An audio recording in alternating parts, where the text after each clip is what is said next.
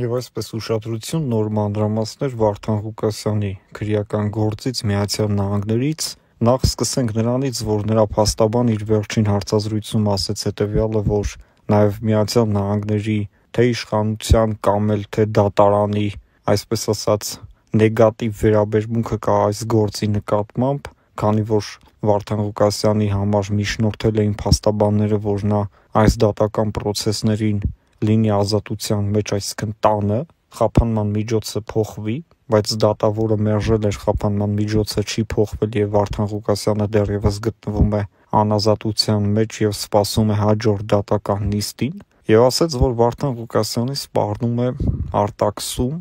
եւ նաեւ ասաց հետեւյալը, որ Վարդան Ղուկասյանը եթե արտաքսվի, նա չի կարող արտաքսվել Հայաստանի Հանրապետություն, նա պետք է արտաքսման դեպքում արտաքսվի Ռուսաստանի Դաշնություն, քանի որ նա Ռուսաստանի քաղաքացի է եւ Ռուսաստանից է մեկնել դեպի Միացյալ Նահանգներ։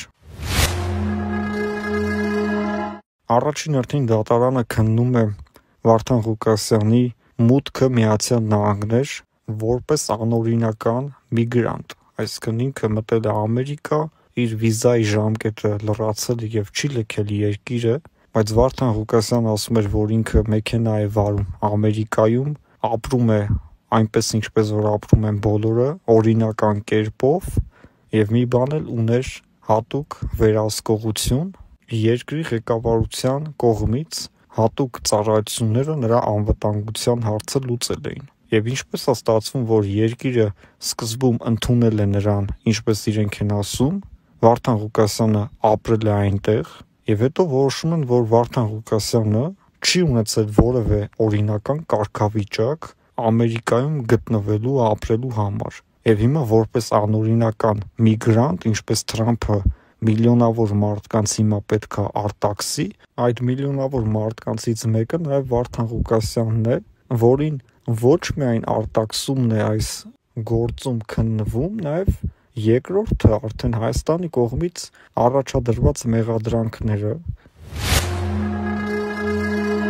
եւ այդ մեղադրանքները, ինչպես ասում են, 15 տարբեր մեղադրանքներ են, ամեն մի մեղադրանքի տակ գրված է ահռելի ինչ-որ տեքստեր եւ այդ ամեն ինչը պետք է քննվի ամերիկյան դատարանում։ Նաեւ Վարդան Ղուկասյանի փաստաբանը շեշտել էր, որ Վարդան Ղուկասյանի գործը ավելի է բարդացնում այն պատճառով, որ ամերիկյան դատարանը ունի տեղեկատվություն, որ Վարդան Ղուկասյանը դեռևս Սերժ Սարգսյանի նախագահության օրոք դատապարտվել էր, շորթման գործով էր նստել, բայց բազմիցս Վարդան Ղուկասյանը այս գործի մասին խոսել է եւ ասել է, որ դա իր գլխին սարքել էին։ Այսօրվա Հայաստանի իշխանությունների նկատմամբ Ամերիկայի թե դատարանի, թե իշխանությունների վերաբերմունքը այնպիսին է, որ նրանք Հայաստանի Հանրապետությանը համարում են ժողովրդավար պետություն, քանի որ Հայաստանը նաև Ռուսաստանի լծի տակից է փորձել դուրս գալ եւ որոշակի առումներով ստացվել է քաղաքական տեսանկյունից, ինչը ողջունելի է Ամերիկայի կողմից եւ Ամերիկան հաշվի առնում այդ ամեն ինչը, ասում է, որ Հայաստանը ժողովրդավար պետություն է եւ Վարդան Ղուկասյանին այստեղ վտանգ չի կարող սպառնալ։ Ալեն Սիմոնյանը ազգային ժողովի նախագահը եւս ասել է, որ Վարդան Ղուկասյանի վտանգ չի կարող սպառնալ, բայց դա իշխանության պատասխանն է, այսինքն իշխանությունը իր հերթին այդ պատասխանատվությունը վերցրել է Ալեն Սիմոնյանի հայտարարությամբ եւ առհասարակ Հայաստանի Հանրապետությունում որևէ բանտարկյալի կյանքին վտանգ չի սպառնում պետական մակարդակով, այսինքն նրան ոստիկանները չեն սպանելու։ Վարդան Ղուկասյանին միգուցե սպառնան այն մարդիկ, որոնք իշխանության հետ կապ չունեն։ Իշխանության համար վնաս կլինի Վարդան Ղուկասյանի կյանքին սպառնալը, նրան դատելը եւ այլն, դրանք ուրիշ հարցեր են։ Խոսքը գնում է նրան սպանելու մասին, որը այսօր պարզ բոլորն էլ խոսում են, որ եկավ Հայաստան կսպանեն։ Նրան սպանել ցանկացողները լինելու են իշխանությունից դուրս մարդիկ, հազարավոր, տասնյակ հազարավոր մարդիկ, որոնց նա հայոյել է, նրանց ընտանիքի անդամներին հայոյել է եւ նրանք ինչպես իրանց այդ սիրելի ոճով սիրում են նաեւ հաշվեհարդար տեսնել, որ այդով կարա մեզ հայոյի եւ այլն ու մարսի եւ մի բան էլ Վարդան Ղուկասյանը բերվի Հայաստան, գնա նստի եւ բանտում շփվի ինչ-որ հանցագործների հետ, այդ հանցագործների միջոցով միգուցե նրա կյանքին փորձեն վտանգ սպառնել, բայց չեն կարծում, որ Վարդան Ղուկասյանին, եթե նույնիսկ նստեցնելու են ընդհանուր մի քանի հոգանոց խցում։ Մենք ասել ենք ու կասենք, որ Վարդան Ղուկասյանն իր եթերներում հայհոյել է եւ դրա համար է հիմնականում այսօր այդ քրեական գործերը, եւ թող հաղթի իսկապես արդարադատությունը։ Դա Միացյալ Նահանգներում ավելի հեշտ է հասնել, որտեղ այնտեղ կա կայացած դատական համակարգ, անաչառ դատական համակարգ, եւ Միացյալ Նահանգների դատական ակտերը անքննելի են։ Հայաստանի նման, օրինակ, հանցագործին չեն արդարացնում եւ անմեղին դատապարտում եւ այլն, այսպիսի բազմաթիվ դեպքեր Հայաստանում, նման դեպքեր Միացյալ Նահանգներում հազվադեպ է տեղի ունենում։ Վարդան Ղուկասյանն էլ ունի մի քանի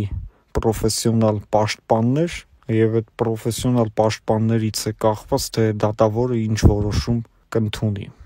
Նաև իհարկե շատ կարևոր է նշել, որ Վարդան Ղուկասյանը, եթե օրերից մի օր կրկին վերադառնա եթերներ, Վարդան Ղուկասյանը պետք է շատ լրջորեն վերանայի իր հայտարարությունները, խոսքը հայհոյանքների մասին է, այդ հայհոյանքները պետքա դուրս գան իր եթերներից, որպեսզի նրա կյանքին այլևս վտանգ չսպառնա։ Եվ այսպես ուշադրություն Միացյալ Նահանգների վերջին գործողությունները, որոնք արդեն իսկ ապացուցեցին, որ Ամերիկան այսօրվա վարչակազմով հետաքրքրված է մեր տարածաշրջանով։ Ադրբեջանական իշխանությունները չեն կարող խուսափել Միացյալ Նահանգների կողմից իրենց նկատմամբ պատժիչ գործողություններից։ Միացյալ Նահանգների վարչակազմը բազմիցս հայտարարել է, որ իրենց համար շատ կարևոր է, որ հայ-ադրբեջանական խաղաղության համաձայնագիրը շուտապույտ ստորագրվի։ Դա նախագահ Թրամփի խոստումն է ամբողջ մարդկությանը, որ եթե ինքը եկավ իշխանության, ապա ամբողջ աշխարհում պետքա տիրի խաղաղություն եւ վերջ պետքա տրվի պատերազմներին։ Հիմա պատերազմին վաղուց վերջ է տրվել եւ նոր պատերազմի, այսպես ասած, նպատակ կամ նոր պատերազմի էական վտանգներ չկա մեր տարածաշրջանում, բայց ադրբեջանական իշխանությունները կարծես թե այդ կարծիքին չեն եւ փորձում են ոչ միայն ոչնչացնել այն, ինչը որ մինչև հիմա ստեղծվել է այս տարիների ընթացքում, ձեռք բերված տարբեր կետերի մասին համաձայնություններ, որ Ադրբեջանը փորձում է ոչնչացնել եւ տարածաշրջանը կրկին մտցնել ռազմական գործողությունների դաշտ եւ դառնալ հակամարտության կողմերից մեկը, Հայաստանը չի պատրաստվում հակամարտություն ձևավորել, Հայաստանը չի պատրաստվում Ադրբեջանի նազուտ ուզերով շարժվել, Հայաստանի Հանրապետությունը պետք է ասի հետևյալը. այսօր ես պատրաստ եմ խաղաղության, մենք պատրաստ ենք ստորագրել, եւ եթե այն պետությունը եւ դրա ղեկավարը, որը պատրաստ չի գնալ խաղաղության, ուրեմն իրենք իրանց ամբողջ պետությունով հանդերձ ահաբեկչական պետություն են եւ դրա մասին արդեն իրենց գործողությունները խոսում են։ Պետք չի հատուկ Ադրբեջանի ղեկավարությունը հայտարարի, որ ինքը ահաբեկիչ է։ Ահաբեկիչները նման գործողություններ են անում, ինչը որ անում է Ալիևը։